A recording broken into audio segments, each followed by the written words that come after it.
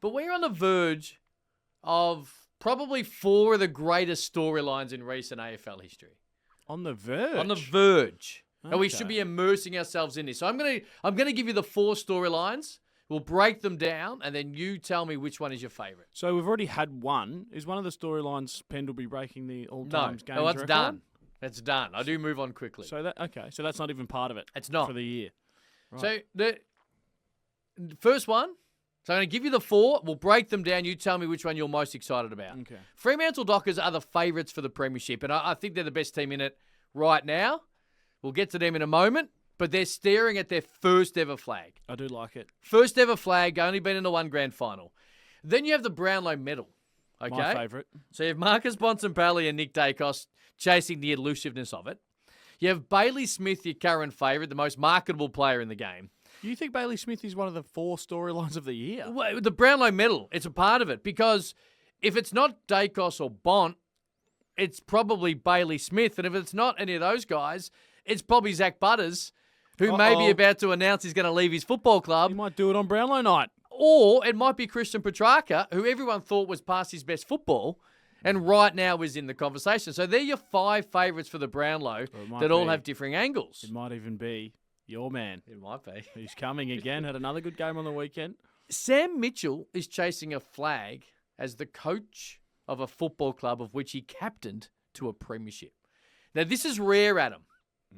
David Parkin in the 70s, Hawthorn. Yeah. John Worsfold. That's the list. Is that it? That's the list. Now, captain coaches, if you want to go back to past generations, totally understand all of that. But there was captain coaches. Of course, your man Charlie Sutton did it, 1954 with the Doggies. Chubb Sutton. Right, so then there's that. Yeah, that's a good story. I must admit, the blood isn't rushing to my extremities when I hear that one. But then there's Jack Gunston. Same club. That makes me more excited. On the verge, maybe not the verge, but right now he's played less games than anyone else. He leads the Coleman. He would be the oldest Coleman medalist of all time. And 34 years of age. And they've already flicked him. Yeah, they brought him back. Flicked him, couldn't get a game. Flicked him, was cooked. Come back, All-Australian, now leading a Coleman medal. Did you laugh at the age of 34. When that trade sort of went down? And I thought, what the hell are Hawthorn doing, getting this old, broken down man back to their footy club? Well, we were doing trade radio together. I legitimately thought it was just, hey, come in. We're going to get around the soft cap by you having coached the forwards. Coaching, yeah. By having you under a player's developing contract. the kids, maybe playing the 2s for 10 games, and then we'll see you out the door. So what's your favourite storyline? Is it the Dockers chasing history, the Brownlow Medal and all these avenues, Sam Mitchell on the verge of something that is extremely rare, or at least chasing it, or Jack Gunston? Look, I like the individual medals are exciting. Funny that. They're exciting me. I can't choose between if Jack Gunston wins it or if there's going to be the only thing that would beat it would be if Marcus Bontempelli won the Chaz. He's so well. I mean, Daicos is well deserved as well. I don't think that either of them get Brownlow votes on the weekend. No, and we'll get to that. I think that might. Well, who knows what happens from there? But I think Bont would be the most deserving winner in the history of the game. If he doesn't win it, it'd be the biggest outrage, I think, because he's been so good for so long. He's still the best player in the game now, and he's playing on one leg. Like he didn't kill it on the weekend. He was quiet in the last quarter, but what he's been able to produce this year, imagine how devastating it would be for Dogs fans if Bailey Smith gets 3 votes in the last round and overtakes Marcus Bontempelli to win the Brownlow for the Cats. So I have Fremantle chasing history as number 1, but only just because maybe I'm just focusing too much on the back end of it. But you are right.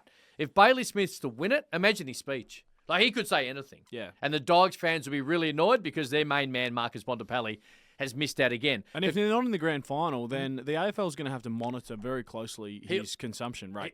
He'll need a chaperone throughout the night. Like if Bailey Smith does not have any more football to play, the AFL will need to assign someone to him just to make sure, because he's most certainly going to be right there at the end. Yeah, someone's got to have their RSA, and they've got to be. I reckon they might give the job to that armour guard guy with the big pipe, so he can drop the votes in and then just stand behind Bailey and make sure he's behaving himself. So imagine Brownlow. So if it's Bont, it's going to be incredibly emotional. Yep. If it's Nick Daicos, not that there's a chip on his shoulder, but there will be a a general feeling that he finally won the one that he came so close to the previous 2 years. Yeah. If it's Bailey Smith for a million different reasons, It's going to go mad. if it's Zach Butters, he may.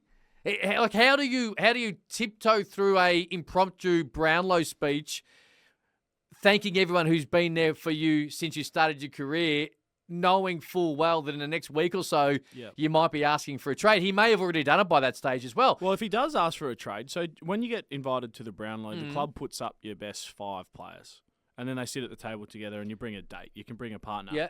If he announces that he's leaving, does he sit at a table by himself? I don't know, but I don't think he will for this exact reason. I think he will delay the inevitable Table for one, till please. after the Brownlow. Zach Butters. And then Christian Petracca. Now, it's probably not him as much as, people close to him, but their disappointment towards Melbourne and how that whole situation unfolded King's birthday 2 years ago, Nearly killed him. he wins it.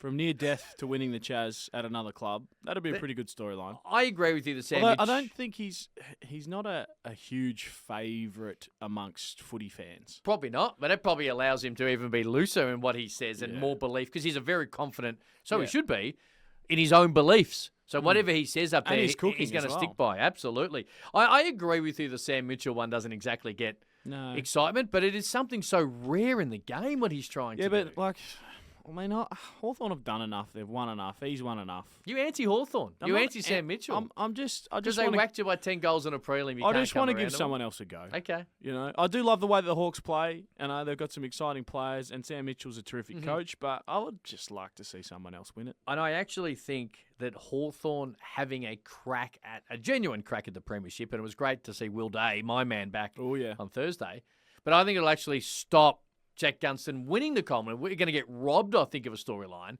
because they've already managed him a little bit. He leaves every game in a moon boot. They've got to be selective about how many times he plays, and clearly he's not chasing a Coleman over a premiership, clearly, but the fact is we're going to be, as football fans, a little robbed that we're not going to have this Jack Gunston remarkable story that already has an All-Australian blazer into the oldest Coleman medalist of all time. I said pre-season, I laughed. Because he was up there in Coleman betting.